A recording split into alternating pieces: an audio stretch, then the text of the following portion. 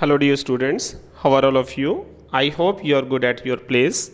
Dear students, today our topic is plus 2 class business study 9.1 financial management, role of financial management. Students, in the last video we discussed about the meaning of financial management, in which we discussed that financial management is a branch of management which is concerned with the effective acquisition and use of money. हमने discuss किया था कि जो financial management है वो management की ही एक branch है जिसमें हम दो चीज़ों पे खास प्रॉपर कंसंट्रेट करते हैं, जिनमें हम देखते हैं कि जो हमारे पास फाइनेंस है वो एक्वायर कहाँ से होगा, एक्विजिशन कहाँ से होगा और उसका प्रॉपर यूटिलाइजेशन कैसे होगा। स्टूडेंट, आज जो हमारा टॉपिक है वो है role of financial management. Financial management का रोल क्या है। जो फाइनेंशियल मैनेजमेंट है वो एक बिजनेस ऑर्गेनाइजेशन में इम्पोर्टेंट रोल प्ले करता है। Decisions taken by the financial management have a direct bearing on the financial statement. जो भी डिसीजन फाइनेंशियल मैनेजमेंट लेती है वो सीधा financial statement means trading, P&L और बैलेंस शीट पे डायरेक्ट इफेक्ट करते हैं। They are the statements which reflect the progress of the business. ये वो स्टेटमेंट्स हैं जो बिज़नेस की प्रोग्रेस को रिफ्लेक्ट करते हैं। ट्रेडिंग P&L से हमें बिज़नेस की प्रॉफिटेबिलिटी के बारे में पता चलता है और बैलेंस शीट से हमारी फाइनेंशियल पोजीशन हमें शो होती है। For the determination of various items of financial statements the financial management has the following role to play. अब हमारे पास जो फाइनेंशियल स्टेटमेंट्स में नंबर ऑफ आइटम्स शो होती हैं उसमें फाइनेंशियल मैनेजमेंट क्या रोल प्ले करती है उसी के रिगार्डिंग हम डिस्कस करेंगे, जिसमें सबसे पहले आता है डिटर्मिनेशन ऑफ फिक्स एसेट। हम फिक्स एसेट्स को डिटरमाइन करते हैं जिसमें फिक्स किया जाता है कि हमें कौन कौन सी फिक्स एसेट्स का रिक्वायरमेंट है। फिक्स एसेट्स जो हैं वो एक इम्पॉर्टेंट रोल प्ले करती हैं एक बिजनेस की ऑर्गेनाइजेशन में। Under the financial management, total investment in the fixed asset and every separate fixed asset is determined। एक तो हम ये देखते हैं कि हमें टोटल कितनी फिक्स एसेट चाहिए और सेकंड सेपरेट, जैसे बिल्डिंग कितनी रिक्वायर्ड है, मशीनरी, वो सेपरेट फिक्स एसेट्स का अमाउंट भी हम चेक करते हैं।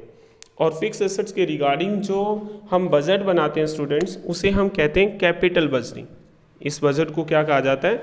Capital budgeting. और ये ऐसे डिसीजंस हैं जिनमें चेंज लाना बहुत मुश्किल होता है और अगर हम चेंज लेके आते हैं तो उसमें लॉस होने के बड़े चांसेस होते हैं, इसलिए इन डिसीजंस को बड़े सोच समझकर ही लेना पड़ता है। This is done through the capital budgeting. Example के पॉइंट ऑफ से देखें, it has been decided in capital budgeting to invest ₹500 crore, there will be an increase of ₹500 crore in the fix asset. Capital budgeting में एक decision लिया गया कि हम capital budgeting में ₹500 इन्वेस्ट करेंगे, तो इसका मतलब हम फिक्स एसेट्स के अंदर ₹500 क्या कर रहे हैं? इंक्रीज कर रहे हैं। तो फर्स्ट पॉइंट है हमारा फाइनेंशियल मैनेजमेंट में कि हमें फिक्स एसेट्स को डिटरमाइन करना है, फिक्स करना है। और हमने दो चीज़ इसमें खास तौर पे आपको बच्चों बताई है। पहला पॉइंट तो ये कि जो भी फिक्स एसेट्स हम टोटल कितना इन्वेस्ट कर रहे हैं और फिर सेपरेट फिक्स एसेट्स में हम कितना इन्वेस्ट कर रहे हैं, ये 2 पॉइंट्स हम ध्यान देंगे। सेकेंड आता है determination of current assets. Current assets जो बिजनेस को रनिंग मोड में रखने के लिए ज़रूरी होती है उन्हें हम करंट एसेट्स कहते हैं, जैसे कि cash at bank, stock, raw materials. इसके अलावा अगर हम देखें तो एम्प्लॉयज़ को जो हमने सैलरी वगैरह पे करनी है उसके लिए जो अमाउंट चाहिए, तो ये सब करंट एसेट्स में इन्वॉल्व होता है। तो करंट एसेट्स डेली रूटीन की जो डे बाय डे ट्रांजेक्शन्स है उनके लिए ज़रूरी हैं, तो इनका भी अमाउंट देखा जाता है कि कितना हमें टोटल इन्वेस्टमेंट रिक्वायर्ड है और सेपरेट करंट एसेट्स में भी कितनी रिक्वायरमेंट है। जैसे एग्जांपल देखें, investment in current asset is ₹100 crore, it will then be determine how much should be invest in cash, stock और डेटर्स। हमने देखा टोटल हम करंट एसेट्स में ₹100 करोड़ इन्वेस्ट करेंगे, तो उसके बाद हम चेक करेंगे कैश कितना रखना है, बैंक में कितना होगा, स्टॉक कितना होगा, डेटर्स कितने होंगे, ये सब पॉइंट भी हमें फिक्स करने हैं। तो ये सेकंड है determination of current assets. Third point आता है determination of proportion of long term and short term finance. Student, हमने सबसे पहले यही चेक किया है कि हमें फिक्स एसेट का कितना रिक्वायरमेंट है, सेकंड हमें करंट एसेट्स की रिक्वायरमेंट क्या है। उसके बाद हम चेक करेंगे कि हमें कितना प्रोपोर्शन लॉन्ग टर्म फाइनेंस चाहिए और कितना शॉर्ट टर्म। आपको पता है फिक्स एसेट्स के लिए हमें लॉन्ग टर्म फाइनेंस की रिक्वायरमेंट है और करंट एसेट्स के लिए हमें शॉर्ट टर्म फाइनेंस की रिक्वायरमेंट है। लॉन्ग टर्म फाइनेंस हमारी सॉल्वेंसी पोजीशन को इंक्रीज करता है और शॉर्ट टर्म फाइनेंस हमारी लिक्विडिटी पोजीशन को इंक्रीज करता है। डेली रूटीन के जो हमें एक्सपेंस करने हैं, डेली रूटीन का जैसे हमने कहा था यहाँ करंट एसेट्स में कैश, बैंक, स्टॉक, डेटर्स, इनके लिए तो हमें रूटीन का ही अमाउंट है, तो उसके लिए शॉर्ट टर्म फाइनेंस की रिक्वायरमेंट है। लेकिन अगर हम फिक्स एसेट्स में देखें तो लैंड, बिल्डिंग, मशीनरी, ये लॉन्ग ड्यूरेशंस के लिए, इसके लिए हमें लॉन्ग टर्म फाइनेंस की रिक्वायरमेंट रहेगी। फोर्थ पॉइंट भी आता है determination of proportion of various sources of long term finance.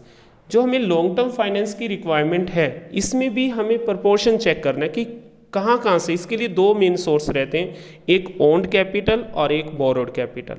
Owned capital में अगर हम बात करें स्टूडेंट्स तो equity shares, preference shares, ploughing back of profits, you can say, जो हमारे पास रिजर्व है हम उसको भी कह सकते हैं यहाँ पर। और अगर हम डेब्ट कैपिटल की बात करें तो डेब्ट कैपिटल में हमारे पास डिवेंचर्स हैं, लोन्स, बैंक लोन एटसेट्रा।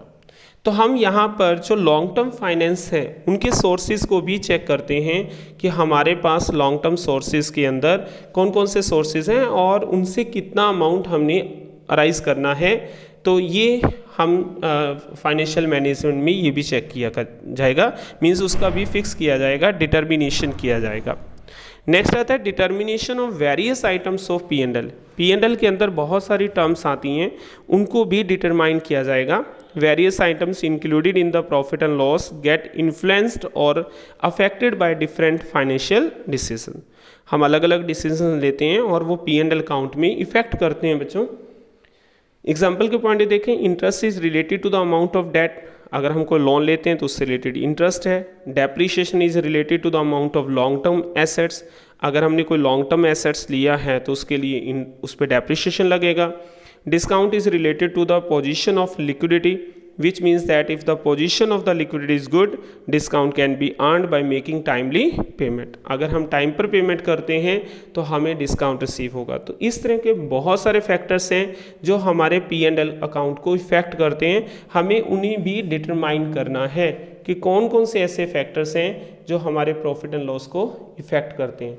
और ये हमारे फाइनेंशियल मैनेजमेंट का रोल है, तो एक इम्पोर्टेंट रोल प्ले करता है financial management. I hope you understand this topic. If any doubt, you can contact me or send message on my personal WhatsApp number. Thank you very much, students.